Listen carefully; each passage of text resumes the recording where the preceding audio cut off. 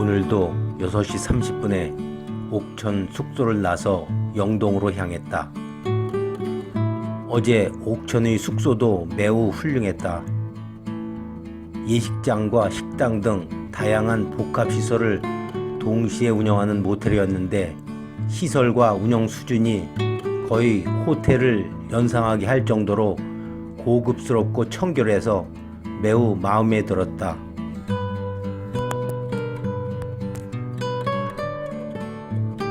다만 한 가지 오게티라고 할 정도의 상황이 있기는 했었다. 내가 영상 작업을 마치고 오후 9시가 될 즈음 갑자기 바로 위층에서 공사라도 하는 듯 쿵쾅 소리가 계속해서 난다. 잠시 그러다가 말려니 했는데 30분이 지났는데도 계속된다. 프론트에 전화했더니 아이들과 같이 온 사람들이 묵고 있는 방인데 아이들이 뛰어노는 것 같다고 했다.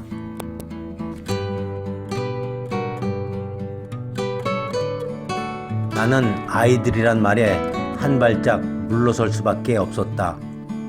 아이들도 모처럼 여행을 와서 놀아야 할 테니 1시간은 더 뛰어놀고 그 이후에만 조용히 해달라고 부탁하고 방으로 돌아왔다. 그리고 1시간 동안 뛰는 소리를 더 듣고 나서야 오후 10시 쥐 죽은 듯한 정막과 함께 잠을 청했다.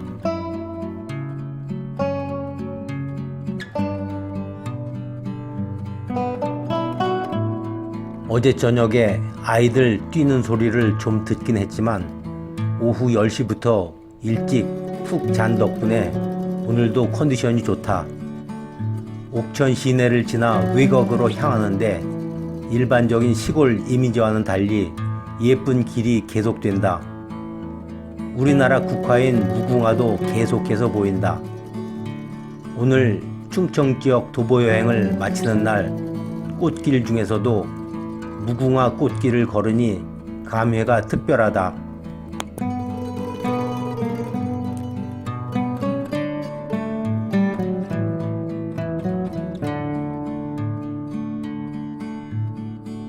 길 주변 풍경을 즐기며 걷다 보니 어느새 누적 도보거리가 15km를 지난다.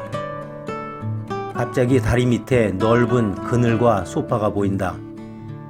나는 출발하고 나서 계속해서 쉴 장소가 마땅치 않았고 마침 햇볕도 뜨거웠던 터라 잠시 쉬어가기로 했다. 때마침 시원한 바람도 불어온다.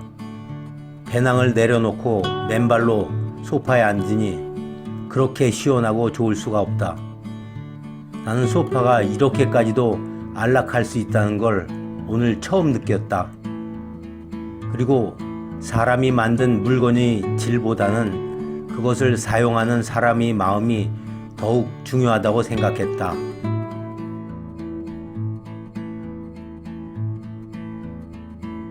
한참 걷다 보니 영동군 학산면이라는 안내 표지판이 보인다.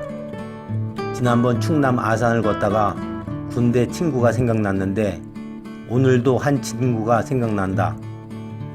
그 친구 고향이 바로 학산면이었다. 그런데 그 친구는 정말 잠꾸러기여서 남북 축구 대결이 있던 날에도 남들은 응원하느라 온 부대가 떠나갈 지경인데 그 친구는 잠만 쿨쿨 잘 잤었다.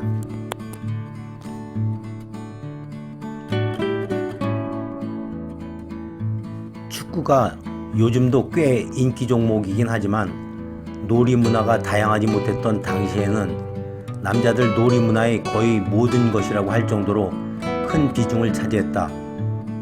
오죽하면 여자들이 제일 재미없어 하는 게 남자들이 군대에서 축구한 얘기라는 말까지 있을 정도였다.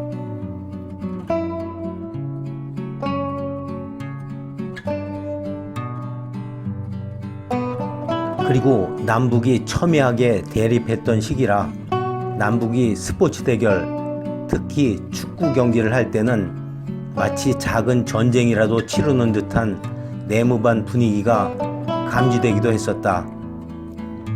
그 친구가 아직도 그렇게 잠을 많이 자는지 궁금하다.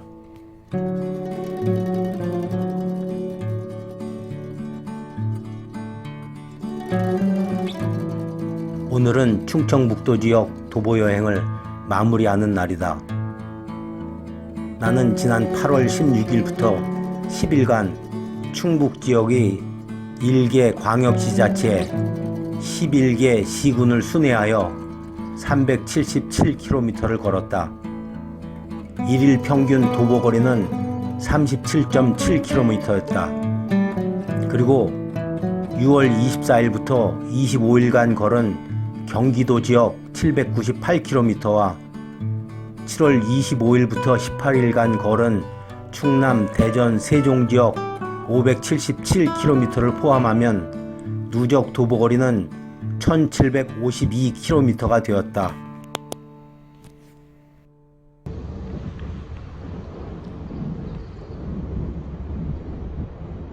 충북 지역을 걸어보니 경기도나 충남 지역과는 또 다른 면을 볼 수 있었다. 특히 강원도에 가까운 지역일수록 산세가 좀 더 험하고 길도 구불구불한 경우가 많았다. 길이 험하다 보니 걷다가 출발할 때의 계획과 달리 우회하기도 했고 때론 길을 잃고 고생하기도 했다. 하지만 반면에 그런 험한 곳일수록 지역마다 특색을 살린 캐치프레이즈를 정하고 발전을 위해 노력하고 있다는 인상도 함께 받았다. 내 나이도 어느덧 60대로 접어들어 확률상 높지는 않겠지만 내가 만일 10년쯤 후에 다시 한번 충북 지역을 걸어본다면 또 어떤 모습으로 변화되어 있을까 궁금해지기도 한다.